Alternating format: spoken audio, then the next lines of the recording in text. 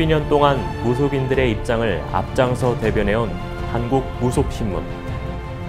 한국무속신문에서 까다로운 기준으로 엄선한 백인의 명부. 그들은 과연 누굴까? 유명한 점집으로 사람들의 입에 오르내리는 곳이 있다. 인생의 다양한 굴곡을 명확히 꿰뚫고 명쾌한 해답을 제시하는 평창동 연대암.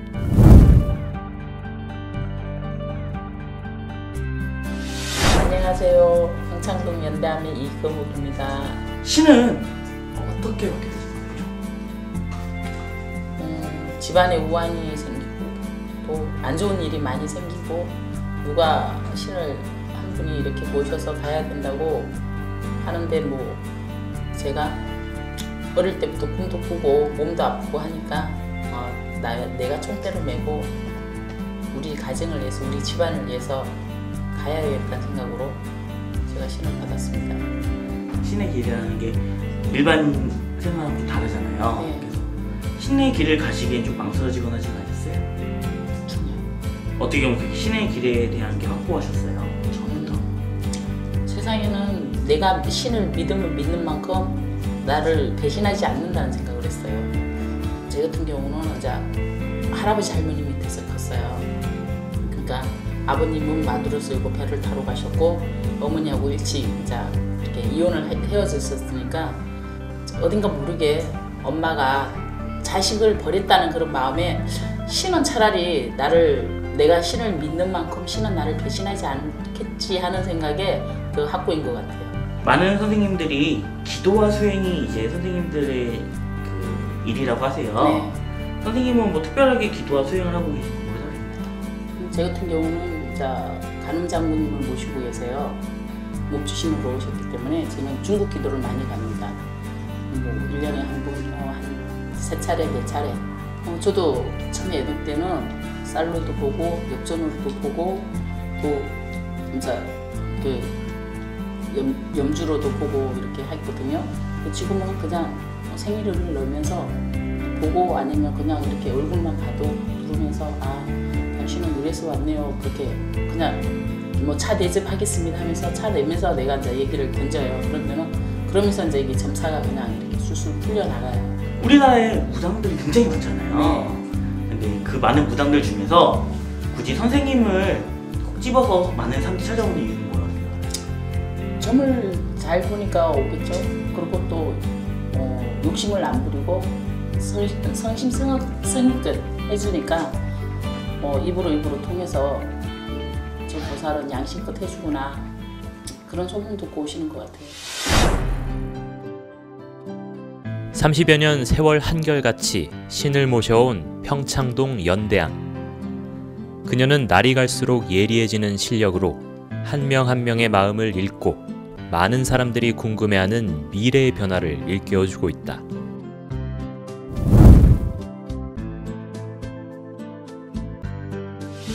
만약 점을 보러 갔을 때 무당이 돈을 돌려준다고 하면 절대 받으면 안 된다.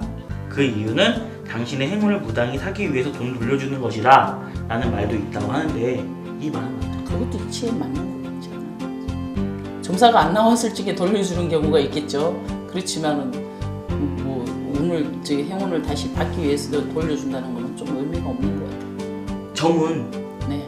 새벽부터 늦어도 정오가 되기 전에는 다 보고 끝내야 한다. 이유는 신기가 떨어지기 때문이다. 뭐 이렇게 말이 있는데 이 말에 대해서 어떻게 생각하세요? 그것도 전혀 말이 안 된다고 생각해요. 아니 그러면은 아침부터 저녁 해 뜨기까지만 점 보고 그 외에 안 보면 신이 없으면은 갑자기 이상이 생겨갖고 제가 집에 전화 오면은 지금 뭐 전화 오면은 목소리 듣고 지금 왜 전화한 건 알아야 되지 않습니까? 그게 이게 보살이잖아요. 그 말하는 무속인이 말하자면 신령을 모시고 있으니까 그거는 말이 안 된다고 생각해요. 뭐 아침부터 해 떨어지기까지 점을 보고 그 부분을 안 푼다는 거는 좀 전혀 말이 안 맞다고 생각합니다. 일반적으로 집에 네. 거울이나 인형 같은 거 주워 오면 안 된다는 속설이 있어요. 귀신이 따라온다는 경우도 있죠. 그러니까 잡신이 따라오는 경우. 그러니까 안 가져오는 게 좋죠. 남의 물건을 가져올 때 꼭 네. 피해야 될 물건들이 좀 있나요? 피해야 될 뭐 거는 많죠.